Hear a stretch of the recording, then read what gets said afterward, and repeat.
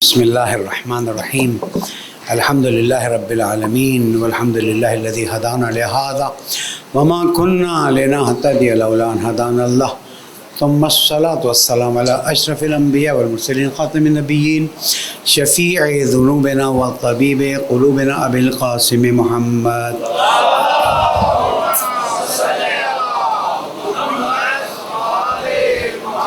وعلى أهل بيته الطيبين الطاهرين المعصومين المظلومين الذين أذهب الله عنهم الرجس وطهرهم تطهيرا.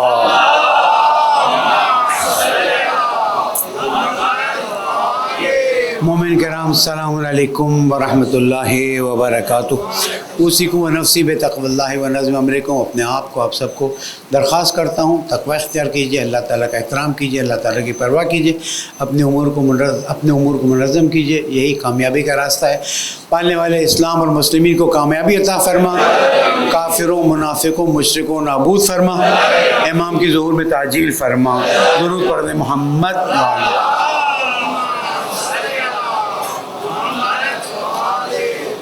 ایام عید سعید مباہلہ سب کو مبارک ہو.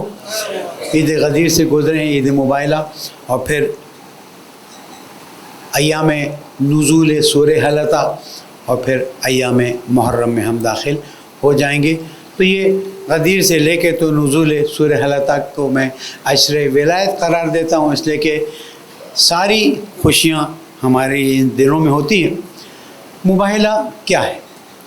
مباہلے سے پہلے شکایت کرتا چلوں کہ مجھے سمجھ نہیں آتی امت مسلمہ کی کہ قرآن مجید جس چیز کو بیان کرتا ہے، چاہے وہ غدیر ہو، الیوم اکملت لکم دینکم، آپ کی بلڈنگ کمپلیٹ ہو تو آپ مٹھائی بانٹتے ہیں، آپ کی انڈسٹری کمپلیٹ ہو تو آپ خوشیاں مناتے ہیں، وغیرہ وغیرہ. مثالیں تو سو ہیں، میرے پاس ٹائم ہی نہیں ہے.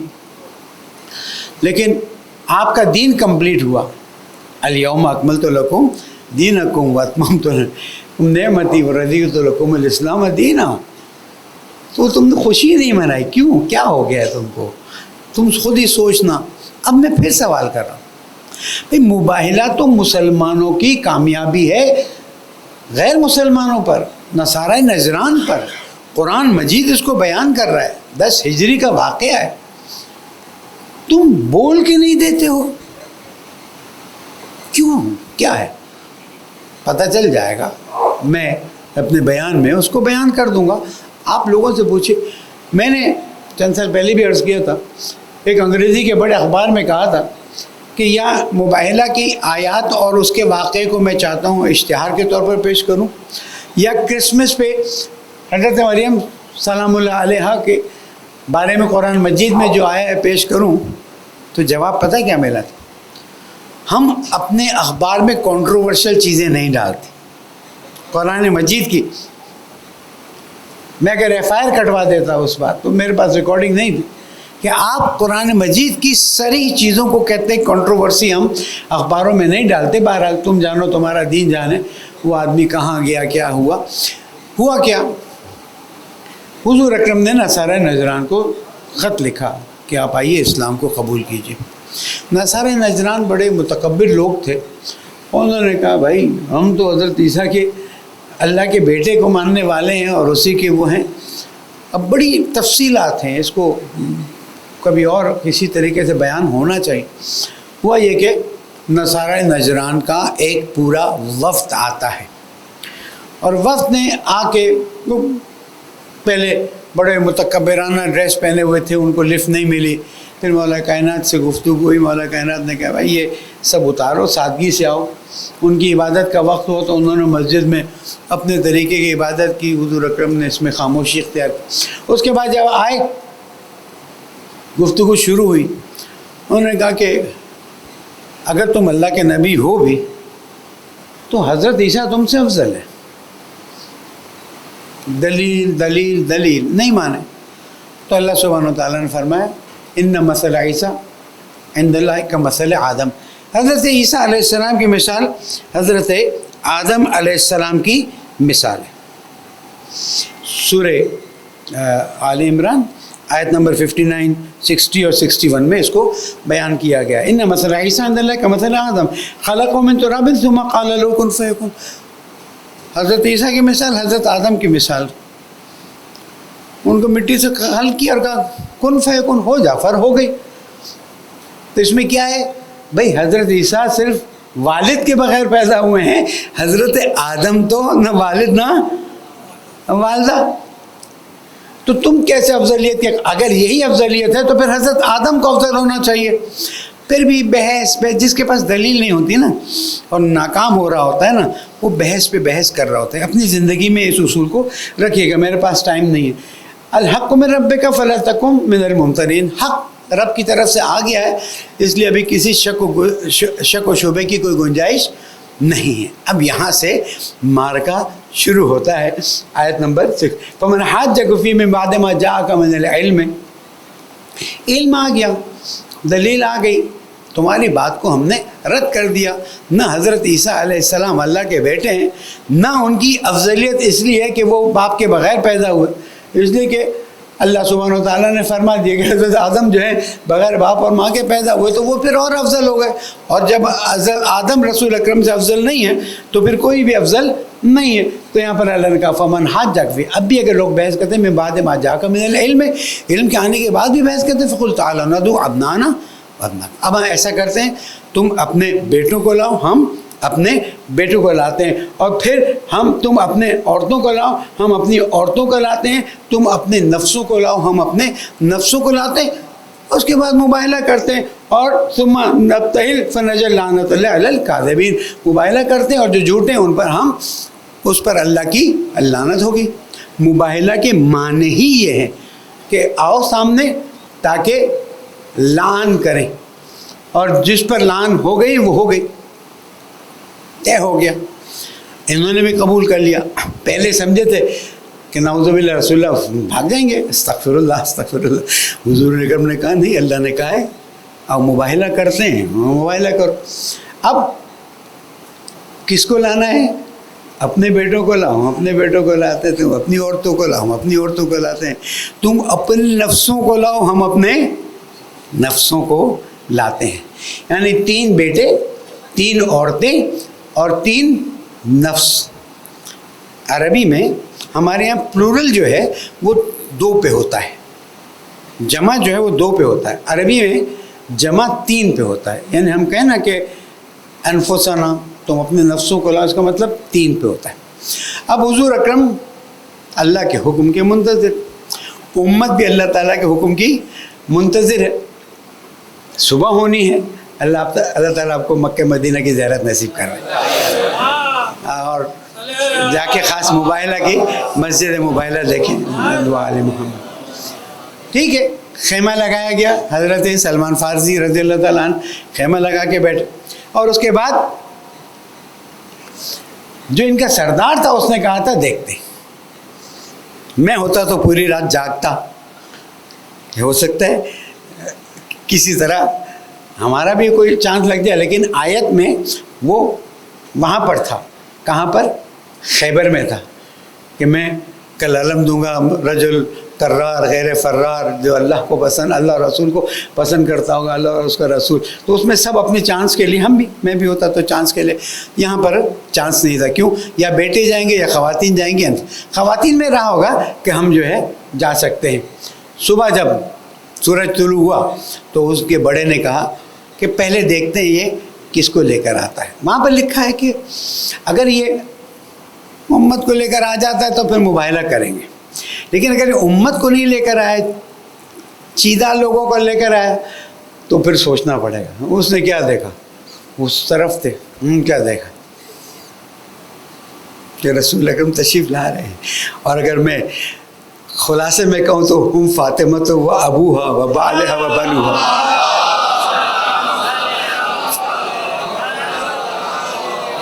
یا اللہ ان کا واسطہ اسلام اور مسلمین کو کامیابی عطا کر.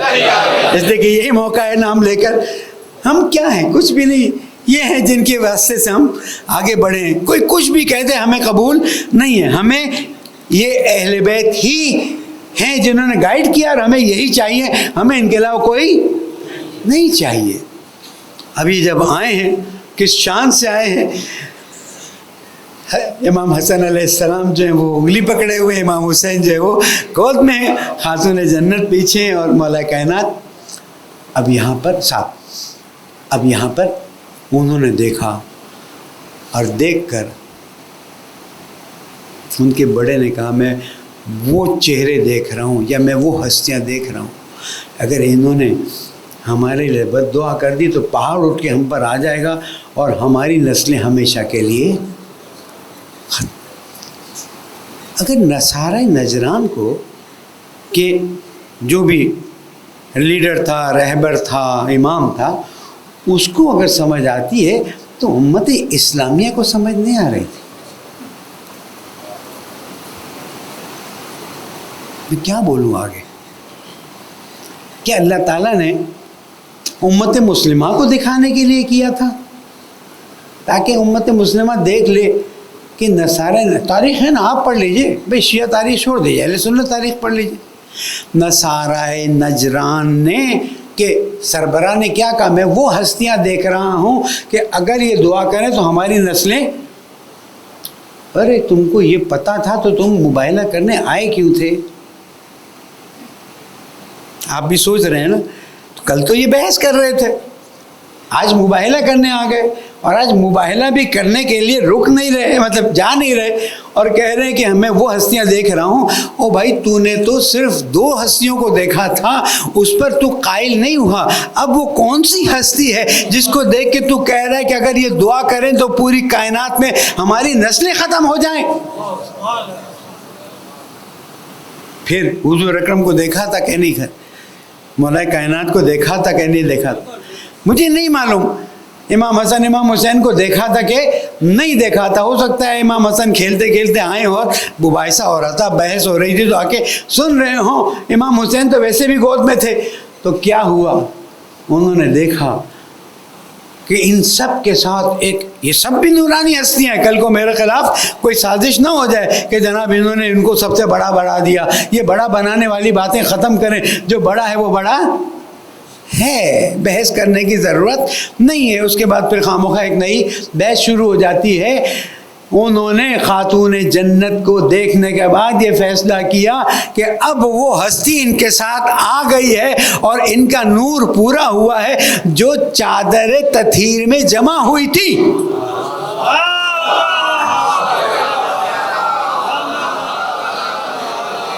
تو جب یہ نور کامل ہوا، حضور اکرم کا نور اکمل ہے.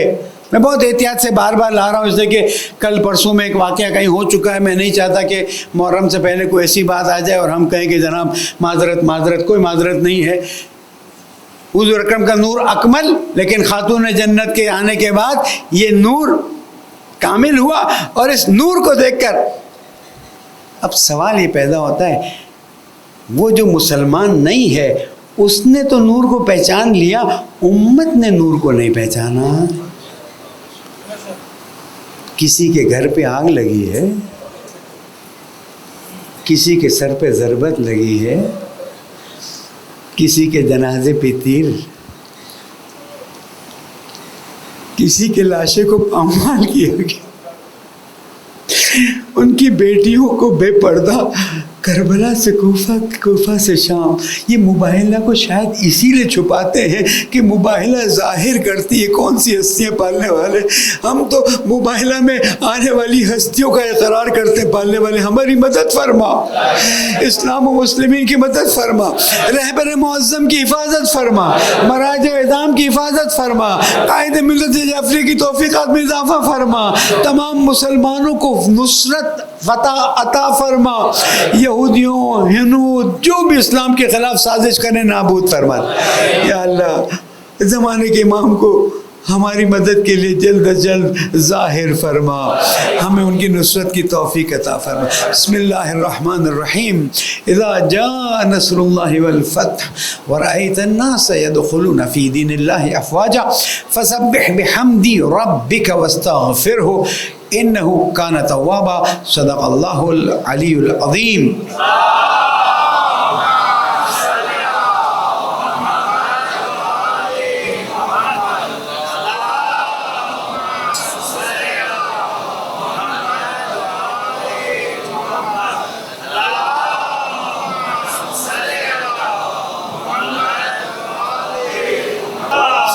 اور مومنین تقوی اختیار کیجیے، کامیابی کا راستہ ہے۔ آج ہم سب مل کے عصر کے بعد کم از کم آپ اپنے 5 منٹ دیجئے، اس لیے کہ آج اسلام اور مسلمین کے لیے ہمیں اظہار یکجہتی کرنی ہے۔ آپ کے 5 منٹ آپ کی آخرت کا سرمایہ بنیں گے۔ درود پڑھ دیں محمد والا۔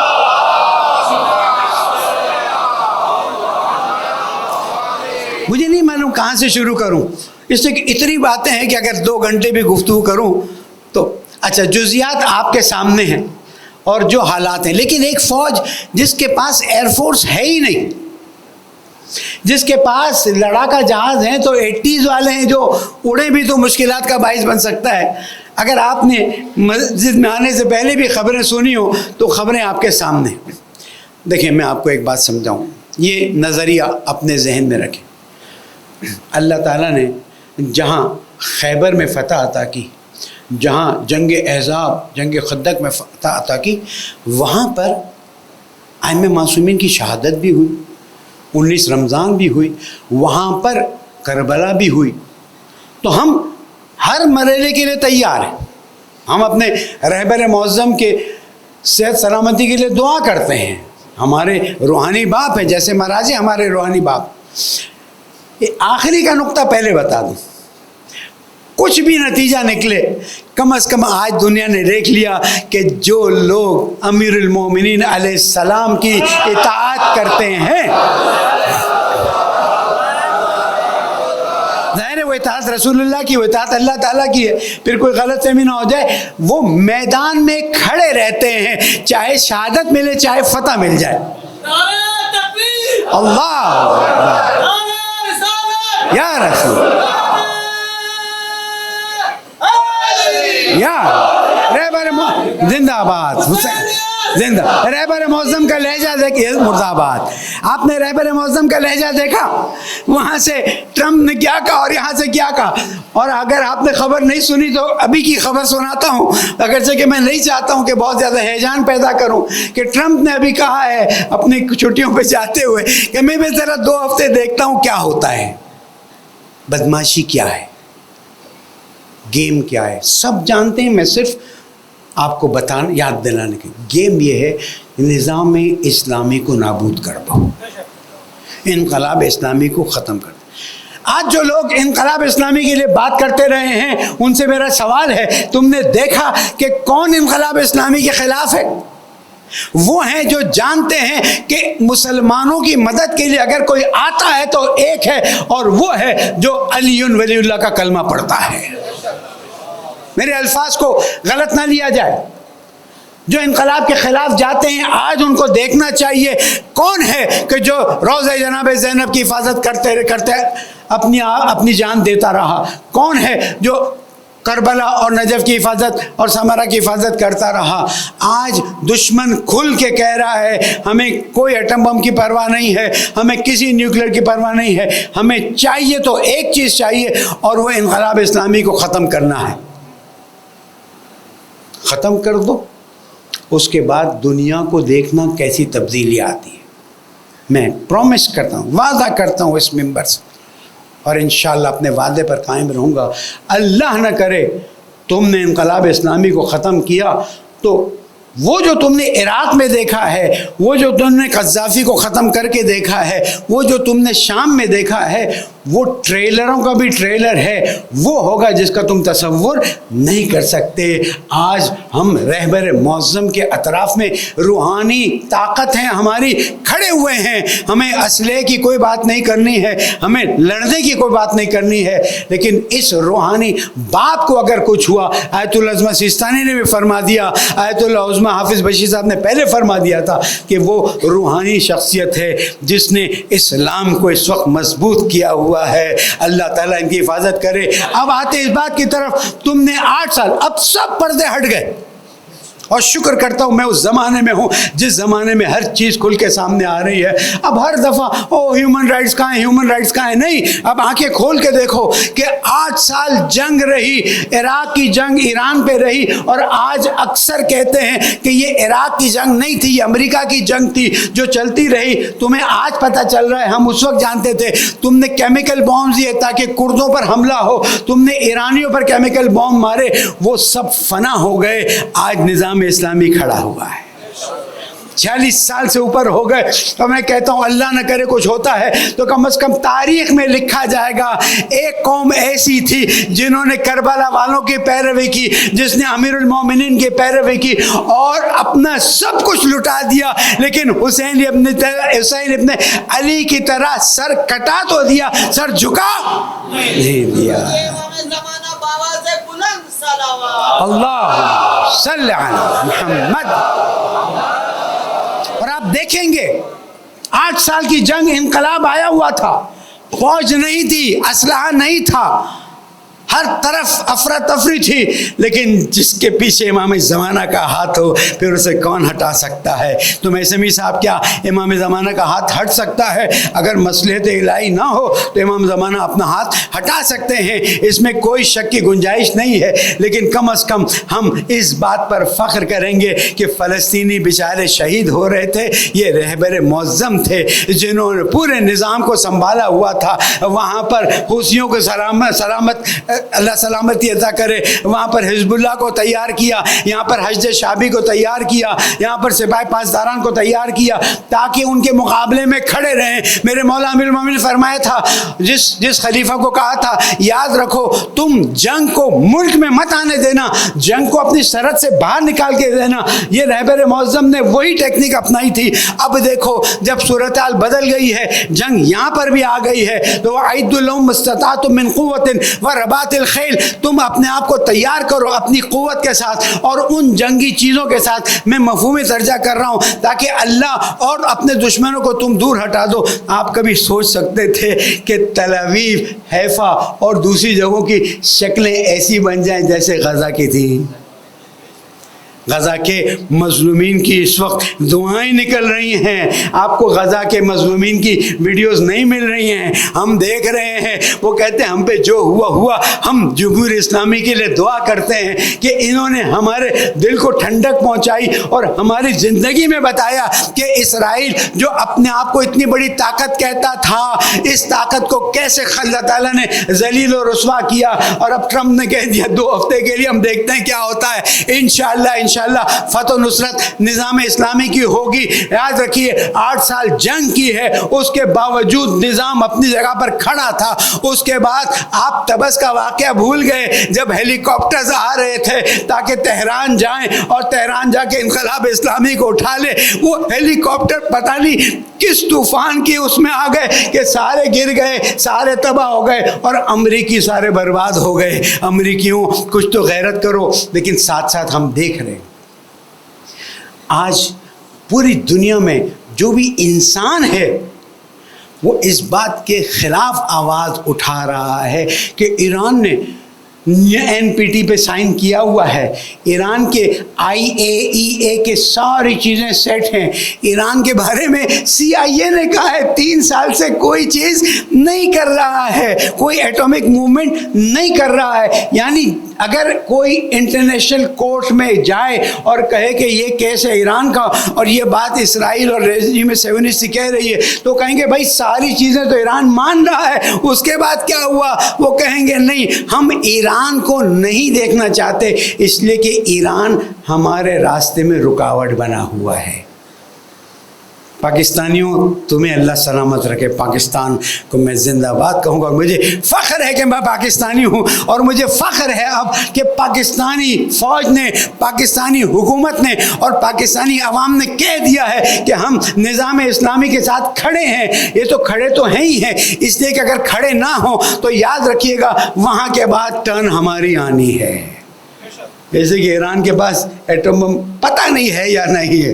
اس لیے کہ میں نے کہیں گفتگو کی تو انہوں نے کہا میثمی صاحب ابھی اس بات پہ ہم کچھ نہیں کہہ سکتے ہیں، لیکن مجھے پتہ ہے رہبر معظم جو کہتے ہیں اس پہ کھڑے رہتے ہیں. پھر میں نے اس ذمہ دار سے کہا کہ فتویٰ ہے تو کیا ہوا، آیت قرآن تو نہیں. کہا ابھی وقت نہیں ہے کہ ہم اس بارے میں بات کریں، ہمیں اس سے کوئی تعلق نہیں، لیکن ہمیں اس سے تعلق ہے کہ ہم ایٹمی طاقت ہیں اور اسلامی دنیا ہماری طرف دیکھ رہی ہے. اور آپ دیکھیے گا انشاءاللہ اللہ تعالیٰ اسلام اور مسلمین کو فتح عطا کرے گا. فلپ سائڈ، اللہ نہ کرے اسرائیل اور شیطانی طاقت. اب دیکھیں یورپی یونین چپ بیٹھا، میڈیا دیکھ لیجئے، یو ول بی سرپرائزڈ. وہ میڈیا کے جو اپنے آپ کو کہتا ہے ہم ان بائس کرتے ہیں، آج آپ کمپلیٹ لائن کھینچ سکتے ہیں کہ یہ میڈیا وہ ہے جو ان کی بولی بول رہا ہے، اور یہ میڈیا وہ جو انصاف سے بات کر رہا ہے، یہ میڈیا ہے جو ان کی طرف سے بات کر رہا ہے. اور نوٹ کر لیجیے گا کون کون سے ان کی طرف سے بات کر رہے ہیں، کون کون سے اس طرف بھی بائسڈ ہیں. بیچ والے میڈیا کو اٹھا لیجیے، آپ کو پتہ چل جائے گا اس وقت جنگ اسلام اور کفر کی ہے. اور انشاءاللہ جو اللہ تعالیٰ نے فرمایا تھا اذا جاء نصر اللہ والفتح ورأیت الناس يدخلون فی دین اللہ افواجا فسبح بحمد ربک واستغفرہ انہ کان توابا.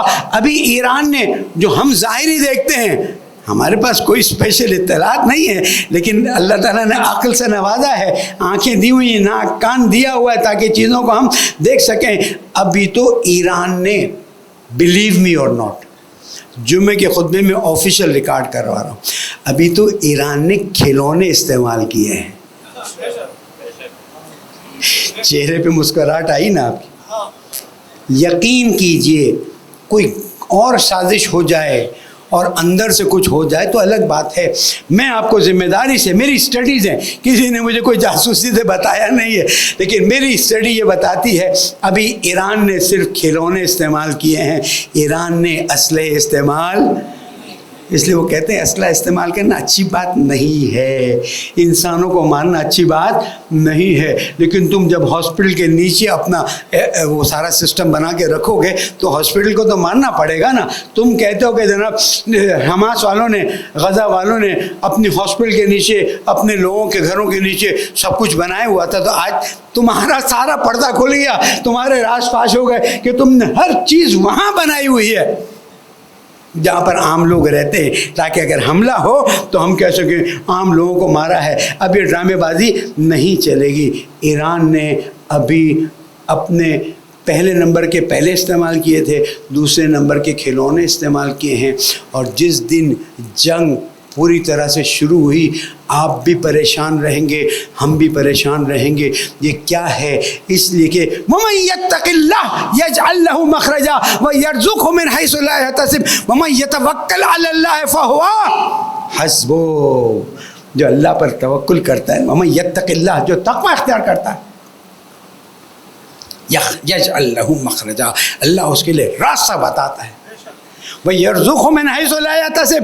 تقوی اختیار کرو، تم دیکھو کہ تمہاری زندگیاں کیسے بدل جائیں گی. آج تم دیکھ رہے ہو، میں کہتا ہوں آج 1:28 یا 29 پر ہم کامیاب ہیں، اس کے بعد جو ہو جائے ہم کامیاب ہو گئے ہیں. میں نے کہا تھا غزہ والے کامیاب ہو چکے ہیں. کیوں؟ اس لیے کہ جس کی طرف دیکھنا ناممکن تھا اس کو ناکوں چنے چبوا دیے. 3 باتیں اور انشاءاللہ ہمارا آپ کا وعدہ ہے عصر پڑھ کے فوراً جائیں گے، باہر کھل کے حمایت کریں گے اور دشمن کے خلاف آواز اٹھائیں گے. پہلی بات، تمہارے اندر طاقت تھی کہ تم یمنیوں کے سامنے کھڑے ہو جاؤ.